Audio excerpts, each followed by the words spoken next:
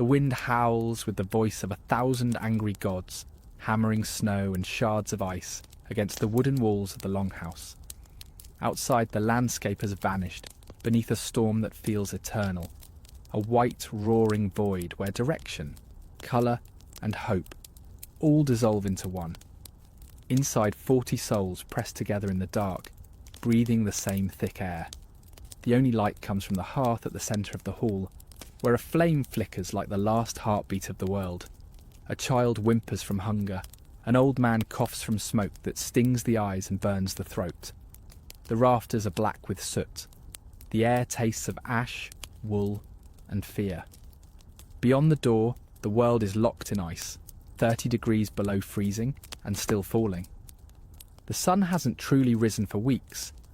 It only brushes the horizon for a brief, teasing moment before abandoning the earth to darkness once more.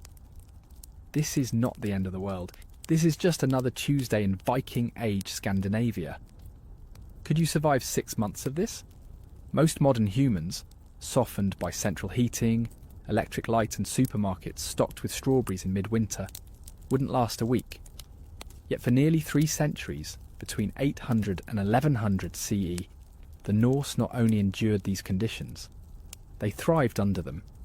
They built a civilization that reached from the Arctic Circle to North America, forging one of the most formidable cultures in human history out of cold darkness and scarcity.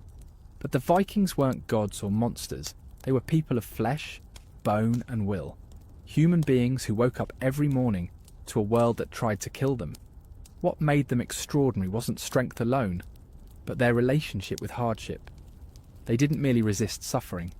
They shaped their identity around it. Each generation was trained by the previous one in the ancient art of endurance. Children learned early that pain was information, not tragedy. Adults are measured not by wealth or beauty, but by how much cold they could take without complaint. The North itself became their teacher, a god that demanded reverence, obedience and sacrifice in exchange for survival. What happens to a people when winter isn't a season, but a religion? Archaeologists and climatologists now know the Viking world was forged during one of Earth's harshest eras. Ice cores from Greenland reveal evidence of multiple micro-ice ages, periods when volcanic ash dimmed the sun and froze the growing seasons. Entire harvests failed, livestock died in barns, families vanished beneath snowdrifts that never melted. Out of this crucible, the Norse carved their destiny. When the rest of Europe shivered behind stone walls, the people of the North learned to turn adversity into art. Their myths, their architecture, even their spirituality, all were responses to the same relentless question. How do you keep living when nature itself wants you dead? The answer begins not in battlefields or longships, but here, in the suffocating dark of winter. For the Vikings, survival was not a passive state. It was an act of creation. They invented ways to outwit hunger, to trap heat, to stretch hope through months without sunlight. They built communities that turned endurance into meaning, and meaning into strength. The question isn't just how they survived, it's what they became because of it. To understand the Vikings, you have to step into their darkness, into a world where death was never more than a few heartbeats away, where the boundary between courage and despair blurred with every passing night. This is the story of how they endured when everything in nature conspired to end them, and what their survival reveals about the limits and the power of the human spirit. The darkness came first, long before the hunger, before the cold sank its teeth into bone. The sun itself disappeared. By late October in northern Scandinavia, daylight was a ghost, rising only to mock those who still waited for warmth. For a few trembling hours each day, the horizon glowed dull red like an open wound, then fell again into endless night. Imagine waking up and never seeing the sun again. Not for a day, not for a week, but for months. By December, the world around Trondheim and Lofoten ceased to have days at all. The sun didn't rise, it merely remembered rising. The land existed in a half-dream of perpetual twilight, a world where the human mind began to blur time itself. Modern people, wrapped in the comfort of electric light, can't truly imagine what that does to the brain. In the Viking world, the dark wasn't a mood, it was a weapon. It crept into thought, pressed against the skull like weight, whispering doubt and madness. Winter is coming. To the Norse, that wasn't a warning, it was a prophecy. And everyone knew it would come sooner than they wished, and stay longer than they could bear. The entire year was a countdown to that slow-motion disaster. Months of back-breaking labour were devoted not to progress, but to preparation for survival. Archaeological finds across Scandinavia proved the scale of this annual war against nature. At Borg in the Lofoten Islands, massive underground storage pits have been uncovered. Vaults capable of holding half a year's provisions. These were not signs of prosperity, they were monuments to fear. Every plank of timber, every dried fish, every grain of barley stored in those pits was an act of defiance against extinction. The Vikings didn't plan for winter, they planned for catastrophe, and catastrophe came often. Climate records preserved in the Greenland ice sheet show brutal fluctuations in temperature, so-called micro-ice ages. The most infamous occurred around 536 CE, when a veil of volcanic ash dimmed the sun for nearly 2 years. Crops failed across Europe, forests withered, people starved beneath a grey sky. The Norse would later call this the Fimbul Winter, the mighty winter that heralded Ragnarok, the end of all things. By the time the Viking Age truly dawned around 800 CE, that ancestral memory still haunted them. Temperatures in coastal Norway hovered near minus 10 degrees Celsius, 14 degrees Fahrenheit. On a good day, plunging to minus 30 degrees Celsius, minus 22 degrees Fahrenheit, during cold snaps. Inland Sweden and Norway regularly fell to minus 40 degrees Celsius, minus 40 degrees Fahrenheit, cold so vicious that breath crystallized mid-air, and unguarded flesh died in minutes. But cold alone didn't make the north unlivable. It was the combination of enemies, darkness, wind, hunger, isolation, that turned the Viking homeland into a test designed by the gods themselves. The sea, their usual highway of trade and war, betrayed them each year. Ice crept from the shore like invading armies, choking fjords, freezing boats in place. Excavations of coastal settlements show abandonment layers where entire villages simply gave up when the sea froze too far out. Snow was its own kind of siege. Drifts rose higher than rooftops, swallowing paths and fences. At Birka in Sweden, archaeologists found the remains of human-sized trenches, corridors hacked through snow walls taller than a man. Imagine every trip to fetch water or firewood becoming a march through frozen tunnels. Wind compounded it all. The fjords funneled gales that could peel the skin from a man's face. Winter storms weren't poetic exaggerations, they were acts of destruction. The sagas describe winds that ripped the roofs from halls and swallowed ships whole, and meteorologists now know they were right. North Atlantic lows can create hurricane-force gusts and 20-metre waves even today. And still the worst enemy was scarcity. Soil analysis and pollen data reveal that Viking agriculture balanced forever on the edge of collapse. A short summer or single failed harvest meant starvation. In human bones from the era, scientists have found Harris lines, bands of halted growth caused by severe malnutrition. Those lines appear again and again, winter after winter, even in well-fed communities. Every Viking carried winter inside their bones. Forests that once fed their fires became impassable. Rivers froze solid, locking trade and travel.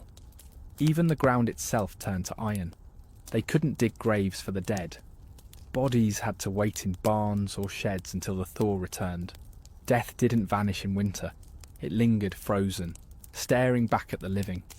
Yet somehow the Norse didn't just survive this environment, they embraced it. Winter became the rhythm of their culture. Feast and famine, darkness and rebirth, silence and song. In the long months of confinement, they forged the psychological steel that would later carry them across oceans. To understand their power, you have to understand their darkness. Winter wasn't the pause between seasons. It was the season, the crucible that defined who lived and who perished. And at the heart of that crucible stood humanity's greatest invention against the cold, the Viking longhouse, a furnace of flesh, fire, and faith where the species itself was re-engineered for endurance. The wooden door groans open, spilling a single streak of white light into the blackness. For a moment, the outside world intrudes, a blizzard of snow and wind howling like a living thing. Then the door slams shut, sealed with clay and moss, and the storm becomes a memory. Inside, 40 people and several animals breathe the same heavy air. The longhouse creaks as if it's alive, its timbers bending under snow and ice. The smoke from the hearth curls upward into the rafters, turning the air thick and dim. The longhouse wasn't just shelter, it was a survival engine. Here, humans and beasts shared warmth, breath, and fate. The structure itself was a masterpiece of adaptation, a weapon built against the cold, refined over generations by trial, death, and necessity. Excavations across Scandinavia, from Iceland to Norway to Denmark, reveal a stunning truth. Every beam and wall of these halls was engineered not for beauty, but for endurance. At Borg in the Lofoten Islands stands the largest Viking longhouse ever unearthed, over 80 metres long, built like the spine of a whale. Its curved walls didn't just look elegant, they fought the wind, deflecting it upward and away. Its elongated body minimised the surface exposed to the elements, trapping as much heat as possible. Long before modern architects spoke of thermal efficiency, Viking builders were already masters of it. Every plank was a calculation, every shape a line of defence against death. At the heart of the longhouse blazed the Langelder, the long fire. It wasn't a mere fireplace, it was the soul of the house, the line of light that divided warmth from oblivion. The hearth was deliberately low, allowing heat to spread slowly, wrapping the room like a blanket. The smoke didn't escape easily. It lingered beneath the roof beams, forming what archaeologists now call a smoke ceiling. That layer trapped warmth, preserved meat hanging from hooks, and killed the parasites that might have infested the thatch. The cost of this ingenious design: constant coughing, streaming eyes, and lungs blackened by soot. Human skeletons found in Norse burial sites tell the story. Their ribs are marked by chronic respiratory strain. Their eye sockets show damage from smoke irritation. Yet they endured it willingly, because that same smoke was the barrier between life and frostbite. The walls of these halls were just as clever. At Stong in Iceland, archaeologists discovered that Viking builders used a 3-layered insulation system: outer wooden planks or wattle walls, an inner surface of stone or hide, and a middle layer packed with wool, moss, and animal hair. The gaps were filled with clay to seal drafts. In some cases, reflective stones were embedded inside, primitive heat mirrors that bounced warmth back into the room. Outside, the lower halves of the walls were buried in earth, creating a semi-subterranean effect that absorbed geothermal heat. Snow wasn't an enemy here, it was insulation. A metre-thick layer on the roof could boost interior warmth by nearly a third. Archaeological tests in reconstructed longhouses prove it. What looked primitive was in fact thermal genius. The longhouse didn't fight nature, it made an alliance with it. And the final secret wasn't made of wood or stone, it was made of flesh. Humans themselves were the longhouse's furnace. Each person generated about 100 watts of heat at rest. Multiply that by 40 bodies, plus cattle and sheep, and the interior became a living heat engine. The more life inside, the warmer the world became. In those winters, the community wasn't just emotional, it was thermodynamic. That's why Viking society revolved around proximity. The closer you were to others, the closer you were to survival. Sleeping platforms lined the walls, raised above the cold floor, their wooden slats covered in straw and furs. The richest or most respected slept near the central fire. The poor, the enslaved, the elderly, by the door. In a single glance you could see the social hierarchy of the Viking world laid out by temperature. Status wasn't written in gold, it was written in degrees of warmth. Even the air itself was part of the hierarchy.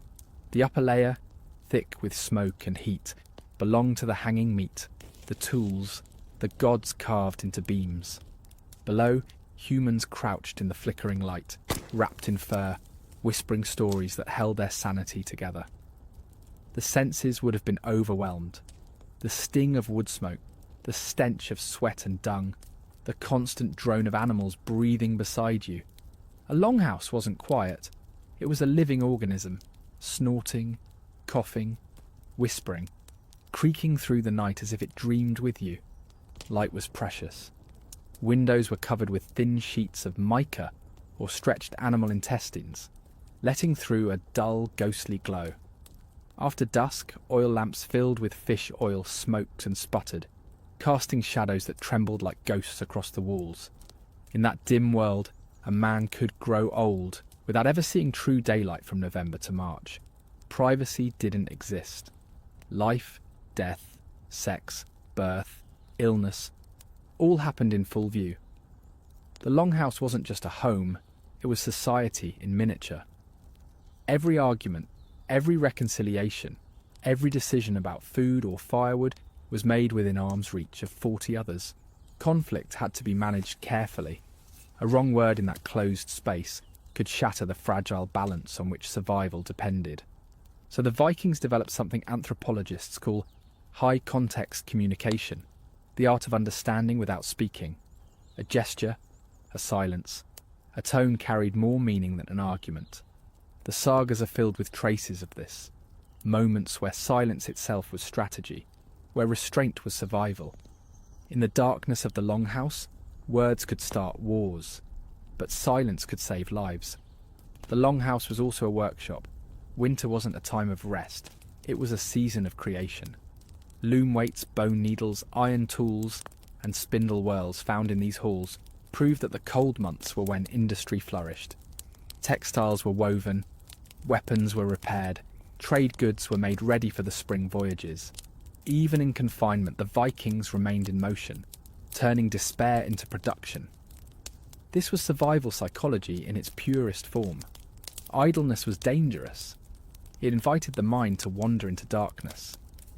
The purpose, on the other hand, was heat.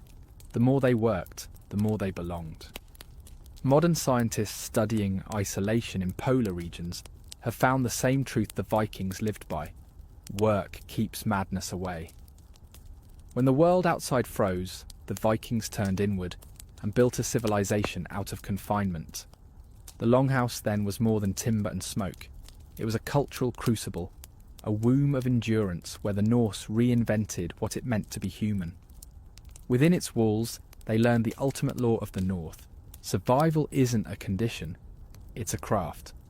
And while the fire kept death from their doors, another enemy still stalked them: hunger. Food wasn't just survival, it was time itself. Every bite eaten too soon was a day stolen from spring. The old woman's hands moved slowly but precisely, tracing grooves worn into the wooden bowl from decades of use. Her fingers tremble, not from age but from hunger. She measures the day's ration of dried fish and barley by touch, alone. She doesn't need sight. She has done this ritual more times than she can remember. Around her, the longhouse watches in silence. No one complains. No one dares. The mathematics of survival is sacred, and she is its high priestess. In the Viking world, food wasn't nourishment. It was time. Every bite measured the distance between life and spring. The stores must last until the earth softens and the first shoots appear again. That could be weeks or months away. Outside, the world offers nothing but snow and silence. Inside, the community's fate depends on the precision of hands like hers. To the Vikings, food storage was not simply a task. It was a religion built from necessity. Across Scandinavia, archaeologists have uncovered the physical remains of this devotion. At Coppergate in York and again in Jorvik, excavations revealed enormous storage pits, occupying up to a third of household space. Deep, lined with clay, and sealed with wax, these were not cellars. They were vaults, guarded as fiercely as treasure hoards. The Norse understood something modern people have forgotten. Food is civilization. Without it, law, loyalty, and love all collapse. Every settlement's survival was decided not in battle, but in the quiet labour of preserving enough to see another dawn. They used every method available to nature itself. Fish were split, gutted, and hung on wooden racks called hjell, exposed to the icy wind until they became hard as wood. These stockfish were nutritional miracles, light, dry, and able to last for years. Modern tests show some samples still preserved up to 80% of their protein after centuries. For the Norse, it was the perfect food for a world that tried to freeze them to death. To the Vikings, dried fish was more valuable than gold. It was the currency of survival. Meat followed the same logic, adapted by species. Pork was smoked, its fat sealed into barrels of salt. Beef and mutton were dried in smoke-thickened air until leathery and dark. In some longhouses, archaeologists found the bones of animals strung high in rafters, hung above the hearth where smoke drifted upward day and night. The same smoke that burned their eyes and lungs also preserved their next meal. Fermentation added yet another layer to this living science. Milk became skyer, thick, tangy, rich with protein. Cabbage turned to a Viking form of sauerkraut, packed in barrels to preserve what little vitamin C they could salvage. Grain was parched and stored dry, safe from mould and insects. Nothing went to waste. Everything became part of the cycle. Even rot was tamed. They turned decay into defence. The Norse approached nutrition like warriors approached strategy. They balanced proteins, fats, and carbohydrates through generations of observation. A handful of dried fish, a bowl of barley gruel, and a mouthful of fermented dairy could sustain a grown man for days. It wasn't culinary pleasure. It was biochemical wisdom encoded in tradition. Archaeological pollen studies reveal the intensity of this agricultural preparation. Fields near settlements were ploughed and harvested with military precision. Every grain was part of a social contract. The strong worked to store life for the weak, and in return, the weak endured to carry memory and culture forward. But storing food was only half the battle. The other half was deciding who would eat it. During winter, every meal became a moral test. The sagas hint at this in whispers, the unspoken tension at the communal table, where each portion was weighed not just in size, but in justice. Leaders had to distribute food according to honour, labour and necessity. Too much generosity invited death, too little invited rebellion. Excavations at Viking sites reveal standardised measuring tools, wooden cups, horn scoops and marked bowls, used exclusively for winter rationing. These objects weren't conveniences, they were instruments of order. They prevented jealousy, despair and chaos from tearing apart what starvation had not yet destroyed. When hunger ruled the north, fairness became its own form of weapon. The process of distribution itself was ritualised. Anthropologists believe the daily rationing ceremony, where elders measured and handed out food, served a psychological purpose. By making scarcity predictable, the Vikings made fear bearable. Everyone could see that hunger was shared equally, that no one ate in secret while others starved. In that act, they preserved not only life but trust, the most fragile resource of all. Still, no system was perfect. There came winters when even the best prepared settlements faced the impossible. Food stores dwindled before spring's thaw. In those moments, the Vikings turned to what scholars now call famine foods. Tree bark was stripped and boiled into bitter paste. Seaweed and lichen were scraped from frozen rocks. Even leather was softened in broth to release a trace of nutrition. Human remains from those winters tell the story in bone and tooth. Signs of starvation, malnutrition, and sheer desperation.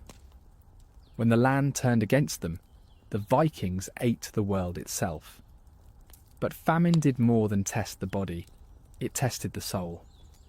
In some places, evidence suggests darker measures.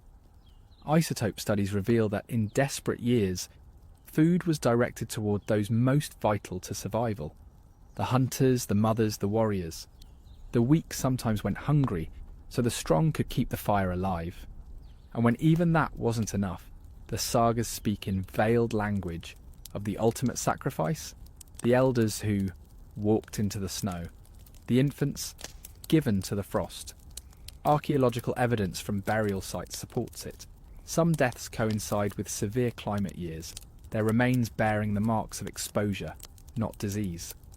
To the Norse, this wasn't cruelty, it was calculus. They didn't believe in endless mercy, they believed in continuity. By losing a few, they saved the many. Survival wasn't about compassion, it was about continuity. This wasn't a culture without heart, it was a culture that understood the true price of existence.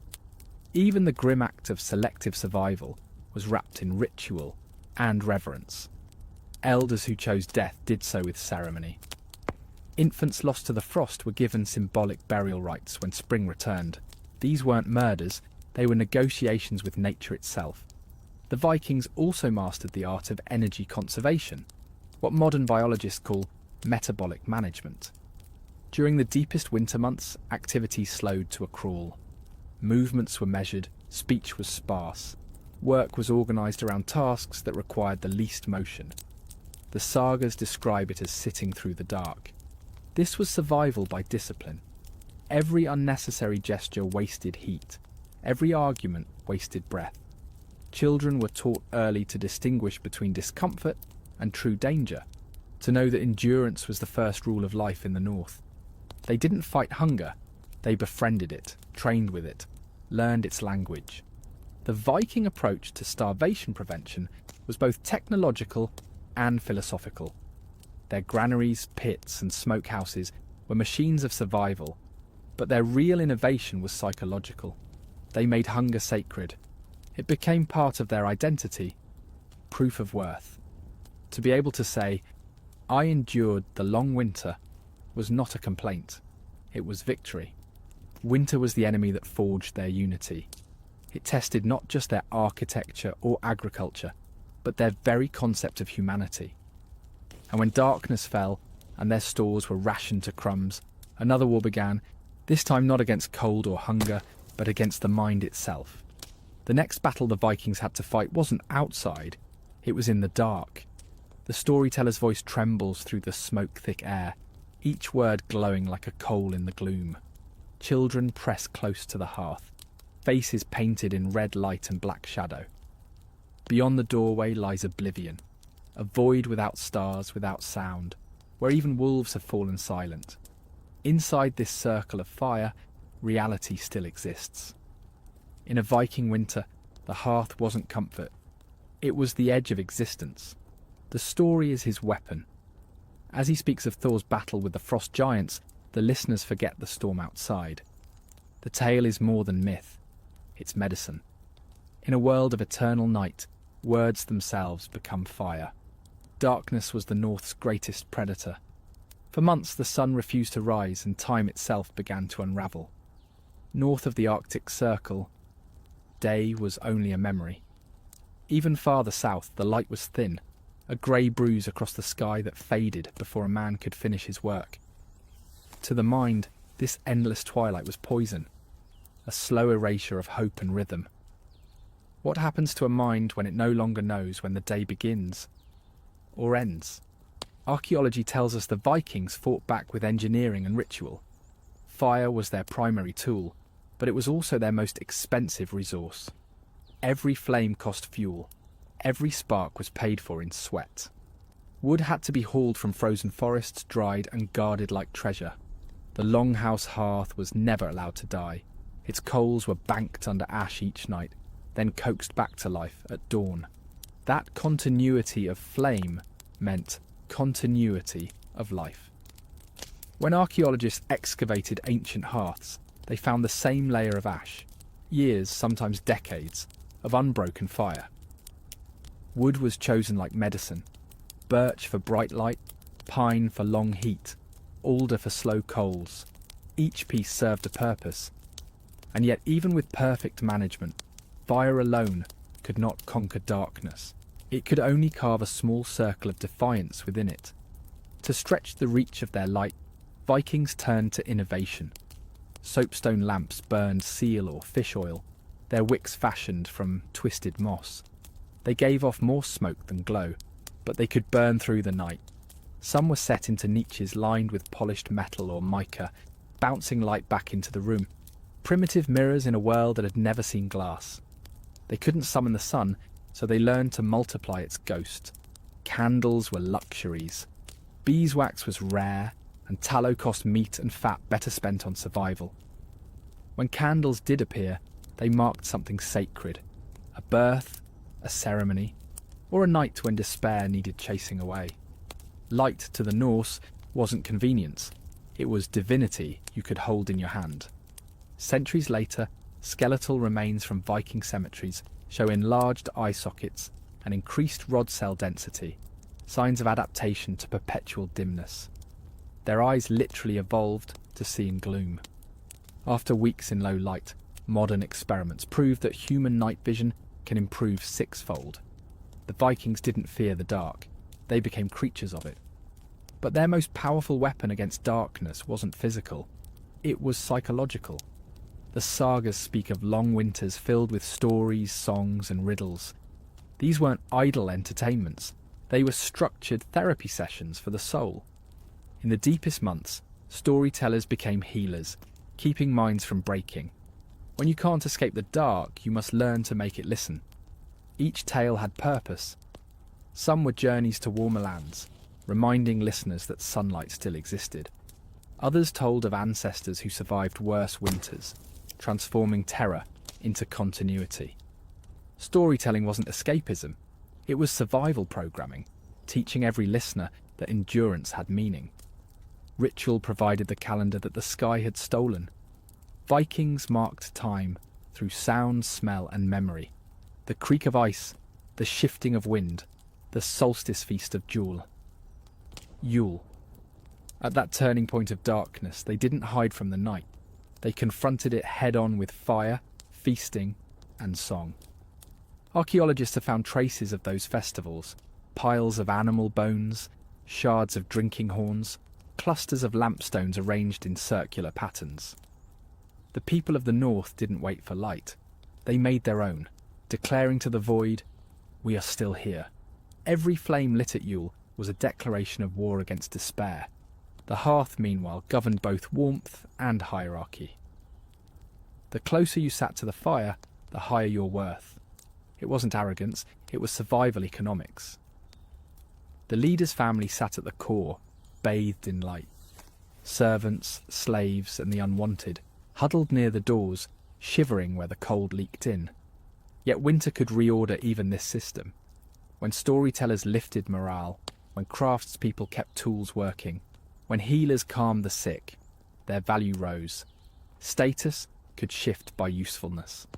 For a few dark months, skill became nobility. This merit born of necessity forged respect for knowledge, an early democracy of endurance. Even a slave who could predict the weather might earn a seat near the fire. In the dark season, wisdom burned brighter than bloodline.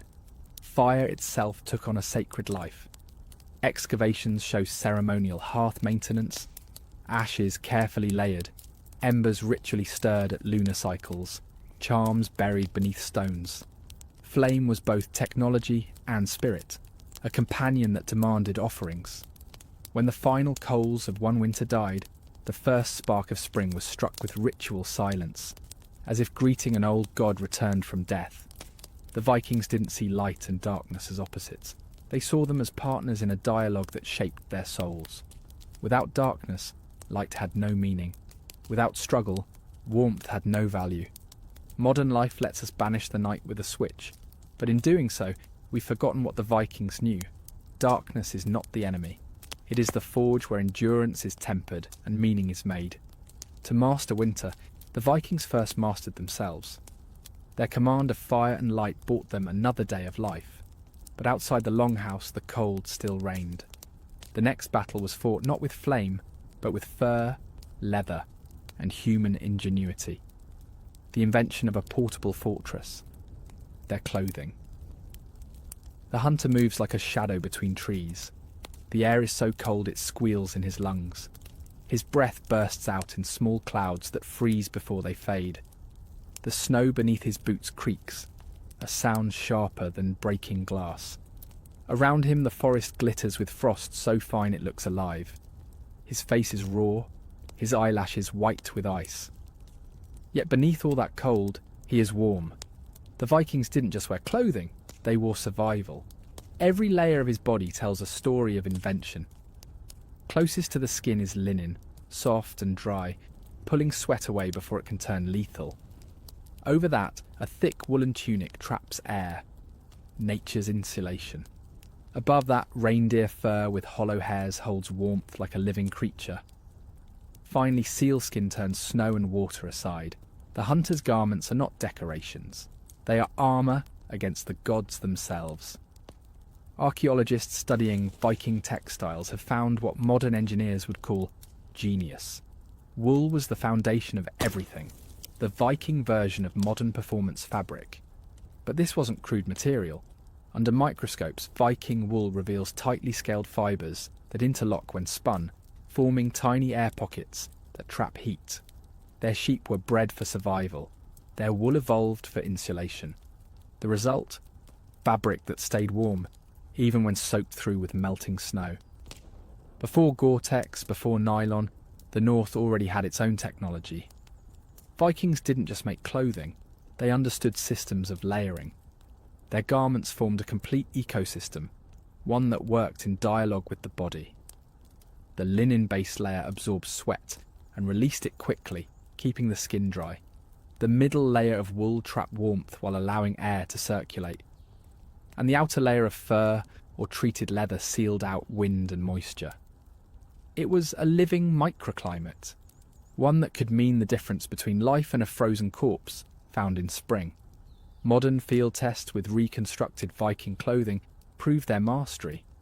Fully dressed, a Viking could function for hours at minus 30 degrees Celsius, minus 22 degrees Fahrenheit, far below what an unprotected human could endure for even minutes. Every choice of material carried both logic and ritual. Wool was sacred to the goddess Frigg, protector of home and hearth. Leather was connected to Ulla, the god of hunting and winter. Furs, especially from foxes or reindeer, were not trophies but talismans, infused with the spirit of the animal that had once resisted the cold. To wear another creature's fur was not vanity, it was a pact with nature's survivors. Reindeer fur was the jewel of this technology. Its hollow hairs trapped heat so efficiently that even the Arctic Sami used it centuries later for survival. Fox fur, lightweight and soft, lined hoods and collars, protecting the skin from frostbite. Seal and beaver pelts, treated with animal oils, turned water like stone. And wool, ever present, ever adaptable, was spun into endless forms: cloaks, hats, mittens, leggings, even socks. Shoes were marvels of necessity. Archaeologists have found reversible leather footwear from Hedeby and Oseberg, stitched so they could be worn with either side facing outward. In summer, the smooth grain faced out to repel water. In winter, the rough flesh side gripped snow and held insulation. Inside, wool wrappings cushioned the feet, sometimes stuffed with dry grass for extra warmth. The feet were the first line of defence against the frost, and the Vikings treated them with reverence. Every step was a negotiation with death. Hands and heads came next in the hierarchy of warmth. Mittens, not gloves, dominated Viking winterwear because fingers shared heat more efficiently when kept together. Archaeologists have recovered layered mittens, inner wool, outer leather, and fur at the wrist. The wrists, rich with blood vessels close to the skin, were guarded like treasure. The same principle shaped their hoods, tight-fitting linen caps under heavy fur, sealing warmth at the neck where blood flow could betray the body's core. To the Vikings, dressing for winter was more than a daily task. It was ritual armour assembly. Each layer represented foresight, community effort, and ancestral wisdom. A single garment could require days of spinning, weaving, and sewing, often performed collectively. Women, men, even children contributed to the weaving of survival. Textile production was not a gendered chore. It was sacred work. In the dim light of the longhouse, loom weights clinked softly, rhythmic as prayer. The spinning of wool was a song against despair. Every thread was a small rebellion against the cold. The Vikings wove not just fabric, they wove courage. And they decorated it, even when beauty had no practical purpose. Intricate borders, coloured dyes, and patterns appeared on garments made only to be hidden beneath fur. Tablet-woven bands carried protective runes. Triangular stitches invoked Thor's hammer or the Valknut, symbols of strength and endurance. Even in suffering, they found room for art, because beauty, too, was survival. In a season that stripped the world to black and white, colour became defiance. A red cloak, a gold brooch, or blue-dyed threads weren't vanity. They were psychological warmth, reminders that life was still vibrant under the snow. Archaeological evidence even shows the Vikings maintained these garments obsessively. Furs were re-oiled, wool retreated with lanolin, seams mended each winter evening by firelight. The work itself was hope made visible. The North devoured the careless. Only those who respected their clothing lived to see spring. What's striking about the Viking approach to cold wasn't just their materials, it was their philosophy.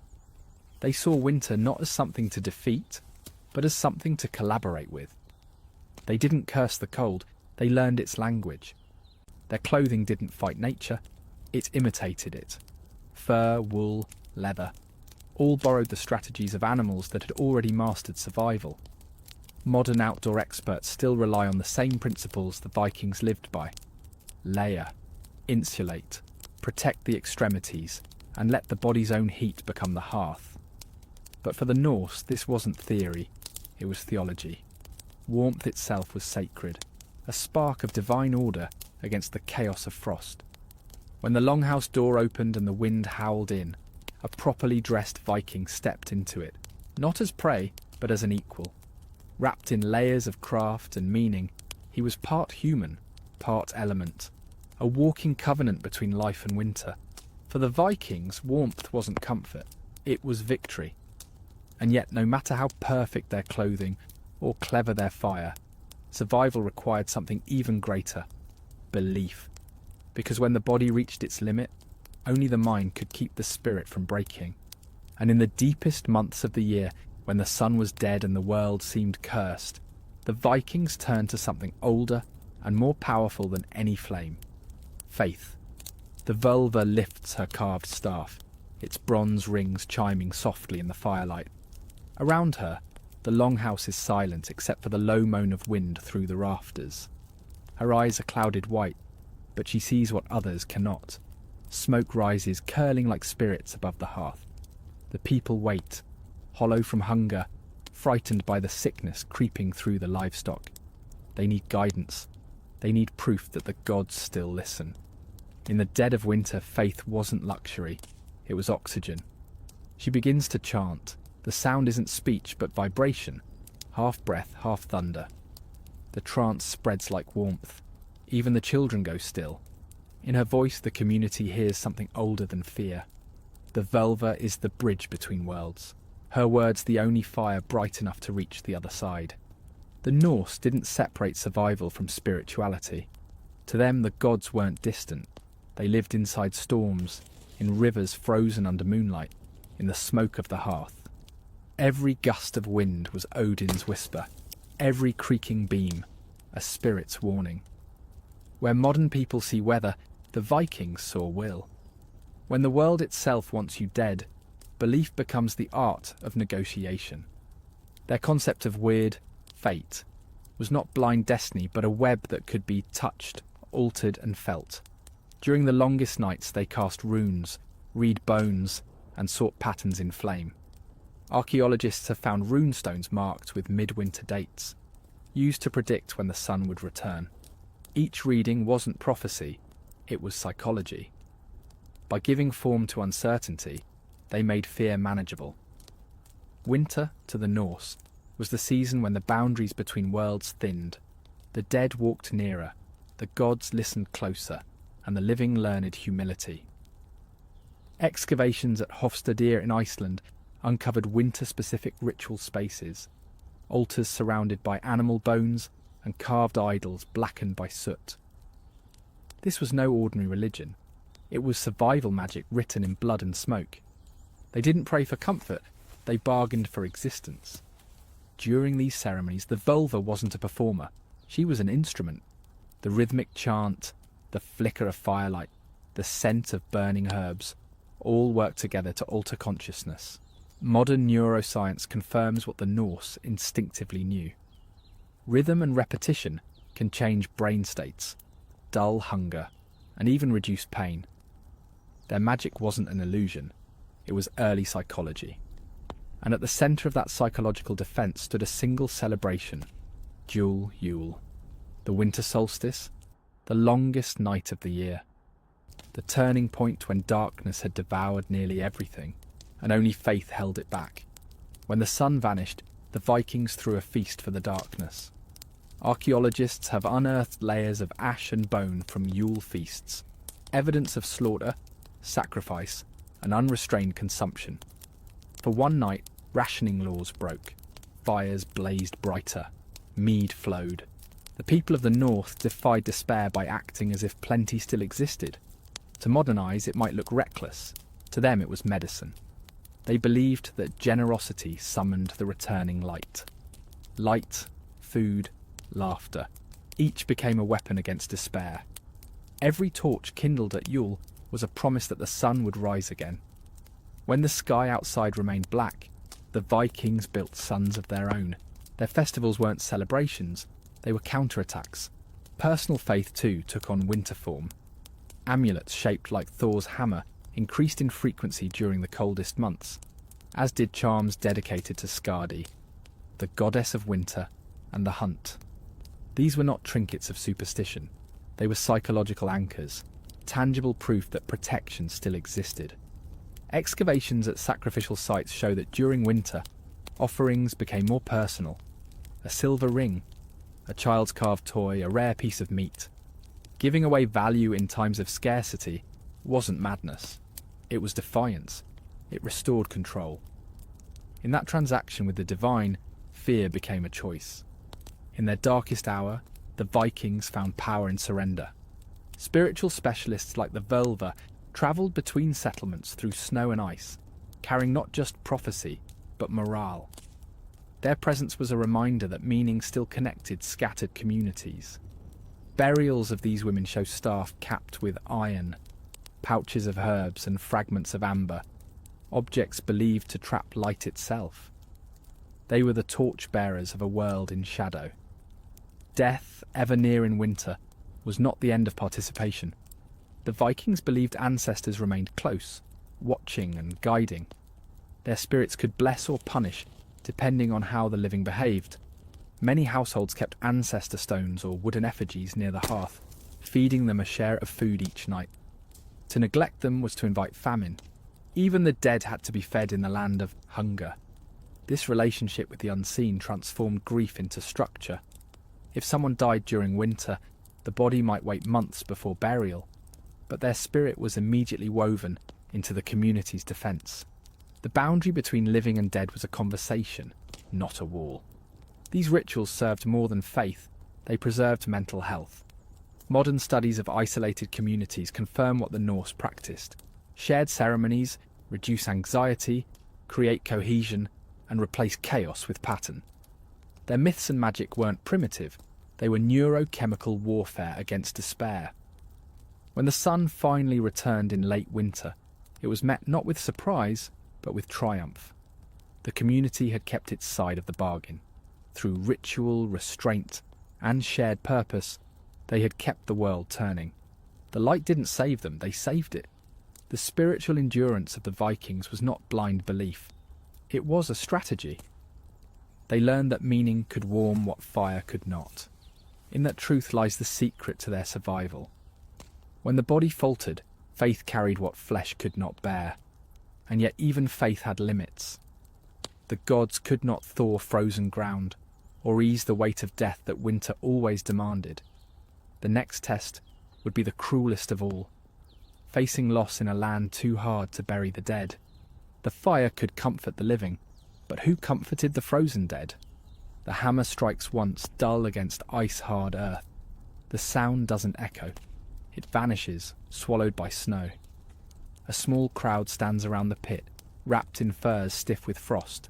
Their breath rises like ghosts.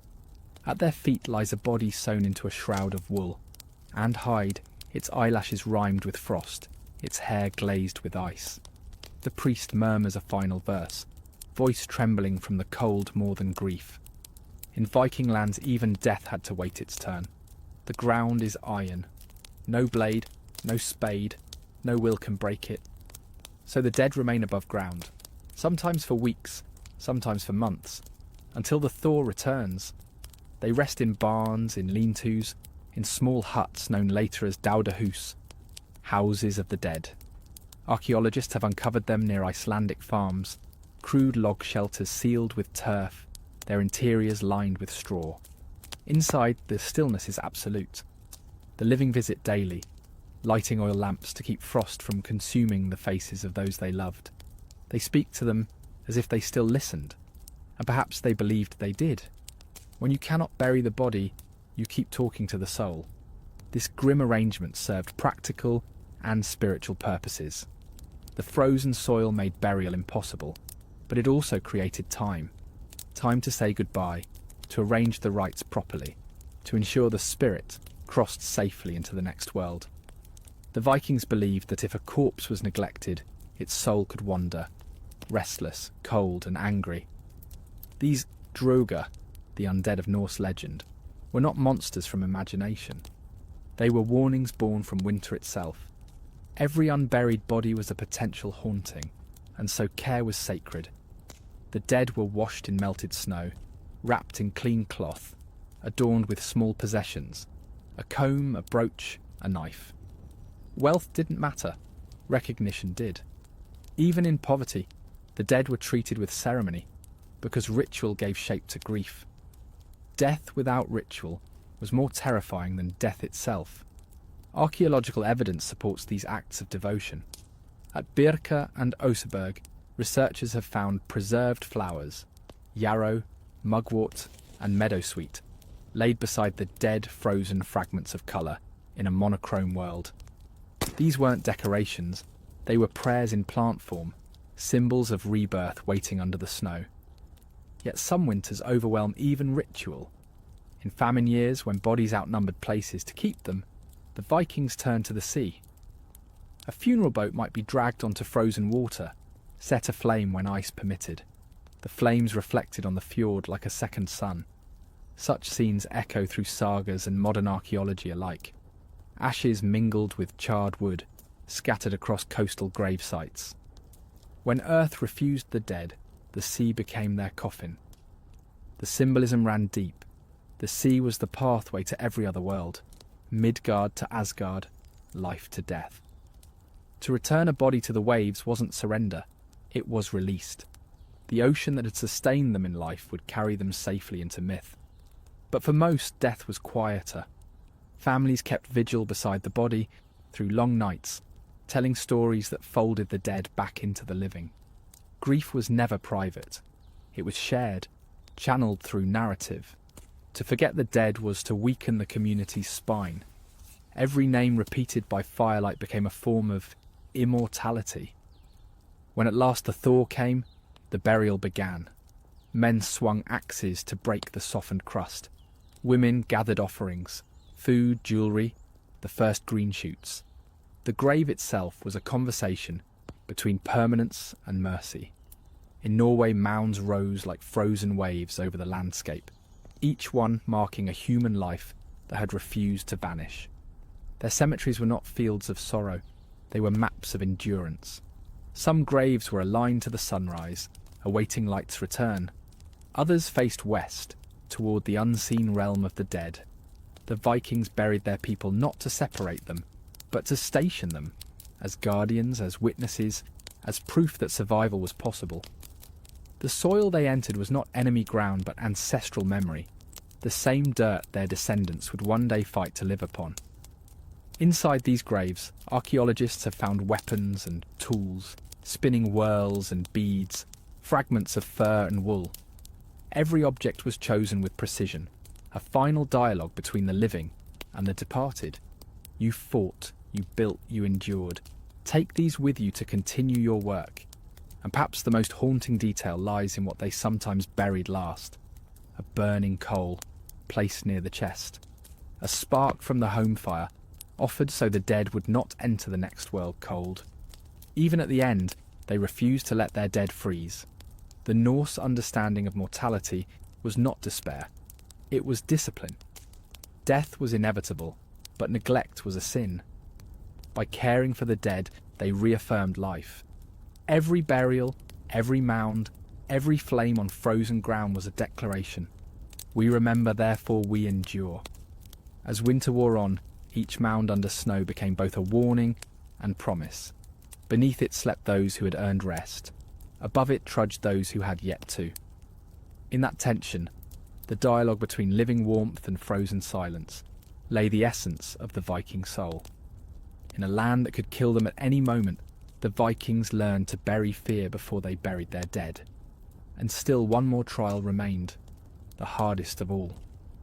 Because when the dead were honoured and the food was gone, when the fire burned low and the wind screamed across the fjords, the living had to decide who among them would see the next sunrise.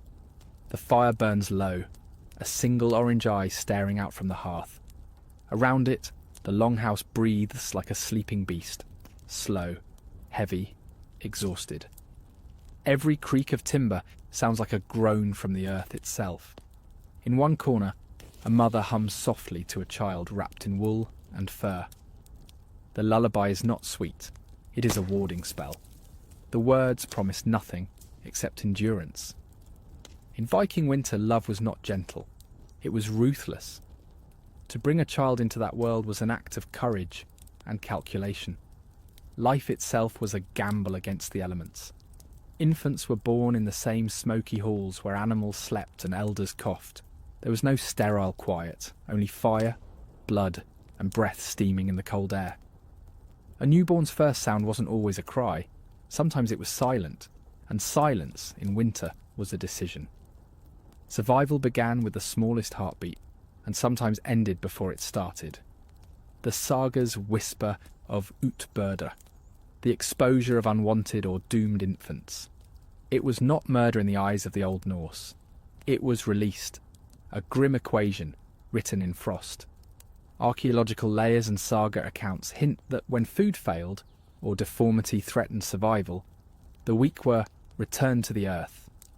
Their souls, the old women said, would find a quicker rebirth in warmer times. Modern judgment cannot touch this truth without misunderstanding it. These were not monsters, but pragmatists in a world that punished mercy. To the Vikings, compassion wasn't measured by sentiment. It was measured by endurance. A family that perished helping one fragile life did not save anyone. It doomed them all. In the north, mercy could kill faster than the cold. Yet those who survived infancy were treated as miracles. Childhood in the Viking age was short, but it burned bright. From the moment they could walk, children became workers, hauling wood, feeding livestock, spinning wool, or fetching water through snow tunnels taller than themselves. Play existed, but play was training. Wooden swords, toy longships, carved animals, each was a lesson in strength, precision, or the art of endurance. Archaeologists have found miniature tools and child-sized axes buried near settlements, not as toys, but as symbols. Even the smallest hands were expected to carry the weight of survival. Every child was both a burden and a promise, a living investment in the next Thor. In the Viking world, innocence froze first. Elders faced the opposite end of that same brutal spectrum. In youth, strength was the purpose. In age, weakness was danger. There was no retirement in the north. Every mouth had to earn its share. As long as an elder could mend nets, weave rope, or tell stories that steadied hearts, they were precious. But when illness or frailty made even that impossible, a dark choice loomed. The sagas and oral legends preserve these whispers, of old men walking into the snow, of widows leaving the longhouse before dawn. The act was called Ferd ut I kulda, the journey into the cold. It was not forced exile, but a voluntary farewell. The belief was that by returning one's life to the frost willingly, the gods would spare the family the curse of starvation. To die by choice was to turn death into a final act of love. Archaeological evidence supports some of these stories. At several Norse sites, skeletons of elders are found in shallow graves, away from main burial grounds. Their positions peaceful, unguarded. No signs of violence, only solitude. The sagas call them heroes of a quiet kind, the ones who met the cold so others didn't have to. The psychology behind these customs was not cruelty, it was coherence. Everyone in the longhouse understood their place in the grand arithmetic of survival. Death was not always tragedy, sometimes it was duty. And yet the emotional cost ran deep. Songs from later centuries in Iceland preserved the laments of daughters who dreamt of their mothers, standing in the snow with open arms. Even acceptance could not erase grief. They learned to honour sorrow without letting it weaken them. Inside the longhouse, respect for age was still profound. Elders were the keepers of memory, the living libraries of knowledge. They carried oral history, weather patterns, medicinal recipes, and the stories of gods that had held the community together for generations. Even when their bodies failed, their voices fed the tribe. To lose an elder before they passed on their wisdom was a disaster. That's why winter evenings became classrooms. Children gathered around the hearth, listening to tales that mixed myth and manual, how to read the ice, when to sow barley, what herbs to boil for fever. These stories weren't fiction, they were survival manuals disguised as poetry. In the dark, words became inheritance. Generational bonds were the secret infrastructure of Viking life. The young supplied strength, the old supplied reason. Both were necessary to endure what no individual could face alone. When one fell, the other carried the flame. And that flame was literal. The final duty of the elderly was often to tend the hearth, the last act of warmth they could still control. When they died, someone else took their place at the fire, ensuring the cycle never broke. Life in the north was a relay, not a race. The price of survival was constant sacrifice, but it also produced something rare, solidarity born not from comfort, but from shared struggle. In the Viking world, every breath taken in winter was an act of cooperation across generations. So when a child survived its first year, when an elder saw one more sunrise, it wasn't a chance, it was the outcome of hundreds of small decisions made by a tribe that refused to break. Their strength was never individual. It was inherited, shared, and renewed every time the longhouse fire refused to die. But beyond the labour, beyond the rituals, and beyond the sacrifices, something even greater kept them alive, the mind itself. Because in the end, no fire or fur could save a person whose spirit had already frozen. The storm outside never ends. It howls like something alive, pressing its cold mouth against the wooden walls. Inside, the longhouse is nearly silent. The fire has burned down to coals. Faces glow red in the dimness. No one speaks, but everyone listens. To the wind, to their own thoughts, to the thin thread of sanity stretched between them. The greatest enemy of the Viking winter wasn't the cold, it was the mind. Cold kills the body slowly, but hopelessness kills it faster. The Vikings knew this long before science gave it a name. They lived in a world that tested not just the strength of flesh, but the architecture of the human spirit. Their psychology was their shield. Modern researchers studying polar explorers, soldiers, and isolated communities have discovered what the Norse lived by instinct. Endurance is a mental art. The body endures what the mind accepts. When deprivation becomes routine, the only way to survive is to reshape the meaning of suffering. The Vikings didn't escape hardship, they redefined it. From birth, they were trained to see pain not as punishment, but as proof. Cold was not a curse, it was the teacher of resilience. Hunger was not failure, it was the measure of strength. Every ordeal became an opportunity to prove worth, both to oneself and to the gods. The sagas reflect this mental conditioning. Heroes rarely cry out in agony. Instead, they describe their suffering with dark humour or silence. To the modern ear, this sounds stoic, but to the Norse it was sacred. Control over one's reaction to pain was a form of power.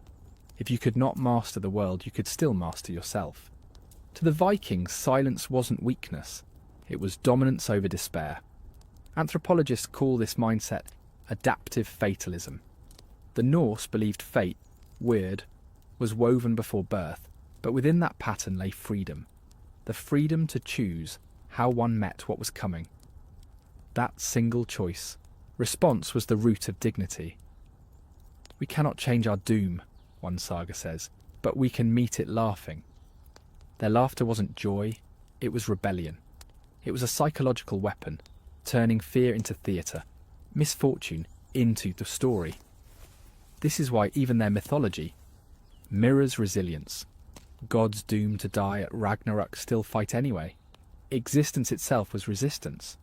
The Norse didn't believe in happy endings. They believed in worthy battles. This worldview created astonishing mental endurance.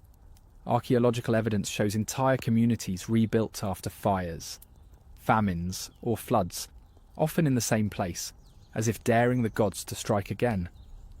Their resilience was physical, but it started in the mind, a refusal to give nature the satisfaction of their despair. Inside the longhouse, that mindset took form through ritual and repetition. Every winter morning began the same way, tending the fire, counting rations, checking the livestock. Routine became religion. Psychologists today know that structure prevents mental collapse in isolation. The Vikings lived that truth. Order was their therapy. And when structure failed, the story took its place. Each saga, each myth told by firelight was a form of cognitive endurance. The story reminded them that others had faced the same horrors and lived to tell them. In that retelling, trauma became legacy. A people who can turn suffering into a story can never be truly conquered. They also understood community psychology better than most modern societies. In the longhouse, despair was contagious, but so was courage. If one person panicked, the rest could falter.